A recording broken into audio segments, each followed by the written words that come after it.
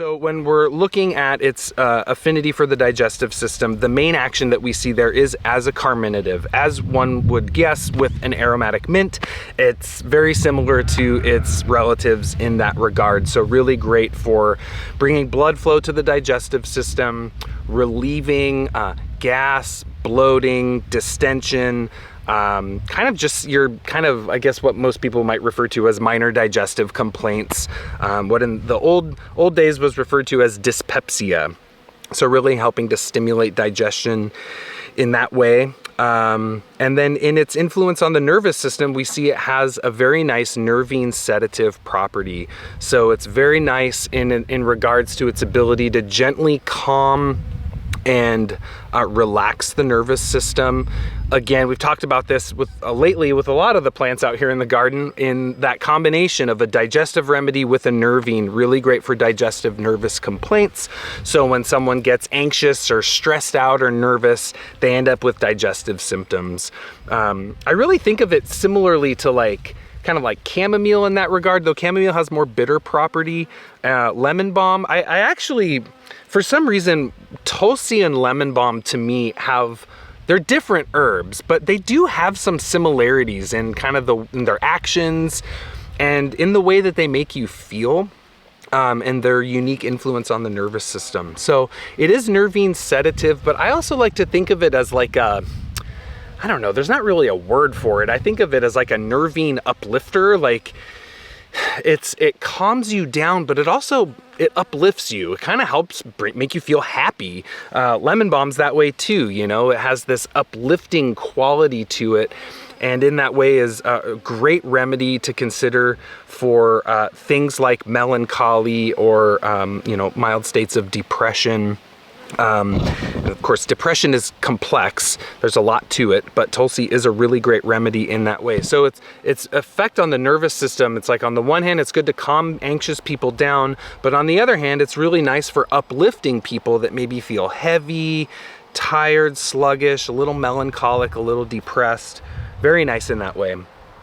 We also note that this plant has some immune stimulant properties, so it has been shown to increase activity in the immune system. That makes it especially useful for respiratory tract infections.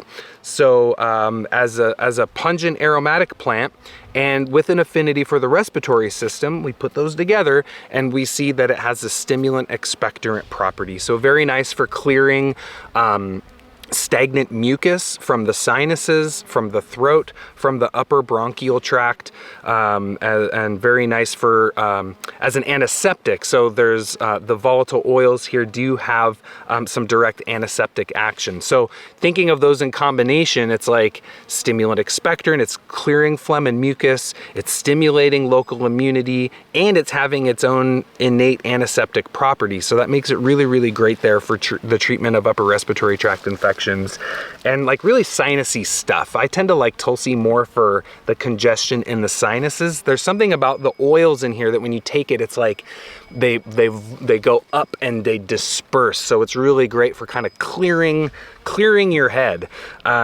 Both from like a cold perspective, like a mucusy head, but also as a nootropic. So the nootropic property is one that is kind of more of a modern herbal action, but the nootropic herbs are those that help to enhance cognition. They're typically circulatory stimulants, so they're going to bring blood flow up into the head and into the brain. Oftentimes they have an influence on the nervous system as well. They're really good for clearing a foggy head. So this is a good remedy for folks that have a difficult time concentrating, focusing. Maybe their memory's not so great. They kind of have that foggy, cloudy brain. So it's really good for cognitive health. But I specifically, so when I'm thinking of nootropics, I think of like, why do people have a hard time concentrating? Well, it's usually due to one of two patterns. One, in Ayurvedic medicine, we might think of it as an excess of vata. So they're scattered, they're ungrounded, they're kind of all over the place, and they need to be like calmed and settled and brought down in a way. The other would be seen as like an excess of kapha, or kind of a cold, damp brain. Like your brain's just like, oh, like foggy. There's a heaviness, there's a weight to the mind. It's like you're trying to like see through a thick fog. So I find Tulsi is much better for the latter, that kind of foggy, cloudy brain. And actually in Ayurvedic medicine, Tulsi was classically used as an antidote for folks that smoke too much cannabis. None of that foggy brain that can happen from people that excessively smoke cannabis. I find personally that with Tulsi, in some people, and I've experienced this myself, that it's almost I find it a little ungrounding. Like when I take Tulsi, if I've got a lot of stuff to do, I can sometimes feel a little like, oh, I feel a little ungrounded, like I feel a little more spaced out. So I don't really like it so much for that Vata difficulty with cognition. I like it more for that Kapha brain. So that's kind of its nootropic property. I guess kind of backtracking a little bit, it does have a bit of a diaphoretic action, so it will help to stimulate a sweat and can be used in the treatment of fever. So that kind of goes along nicely with the antiseptic, the expectorant, and the kind of the more of that immunological side of things. So it will work a bit as a diaphoretic there too. Now lastly, and kind of the Tulsi's modern claim to fame, is as an adaptogen. And you know, the word adaptogen is, well, I don't want to go too far down the rabbit hole on my adaptogens rant, but you know, there's a little bit of confusion I notice in modern culture in terms of adaptogens, where it's very common for people to basically see the word adaptogen and then immediately think adrenal herb. And that's not true. That's not a correct definition of adaptogen. Adaptogen is something that helps the body cope with and deal with stress, which involves the nervous system. It certainly involves the adrenals, and not just the adrenals, but really the whole endocrine cascade. But what I find with Tulsi in its adaptogenic property is that I think the adaptogenic quality of Tulsi is really coming from its influence on the nervous system, that it's helping people stay calm, have more of an even keel, and things aren't getting to them as easily. Certainly it's been studied and shown to, you know, have that kind of anti-stress property, so to speak. But when I think of it as an adaptogen, I really think of that property as really due to its influence on the nervous system.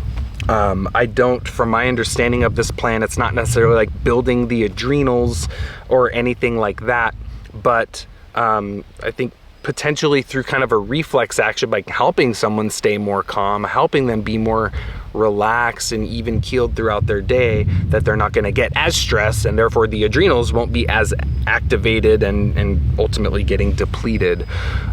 So it's kind of maybe working a little bit further back on that cascade. But that being said, in Ayurveda, this herb is considered Rasayana, which means it's a rejuvenative tonic, which means it does have this action of kind of revitalizing and recharging a depleted, worn out, burned out system. Does that translate to an influence on the adrenals? I'm not totally sure.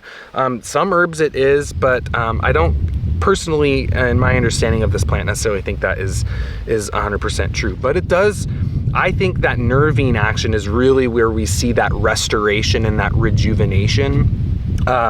In that way, it is nicely paired with and used as a nerve tropha restorative, so helping restore a worn out, burned out nervous system. Combines very nicely in that way with things like skullcap, milky oat seed, eleuthero in that way, to help to rebuild and rejuvenate the nervous system. So those are some of the main actions attributed to Tulsi.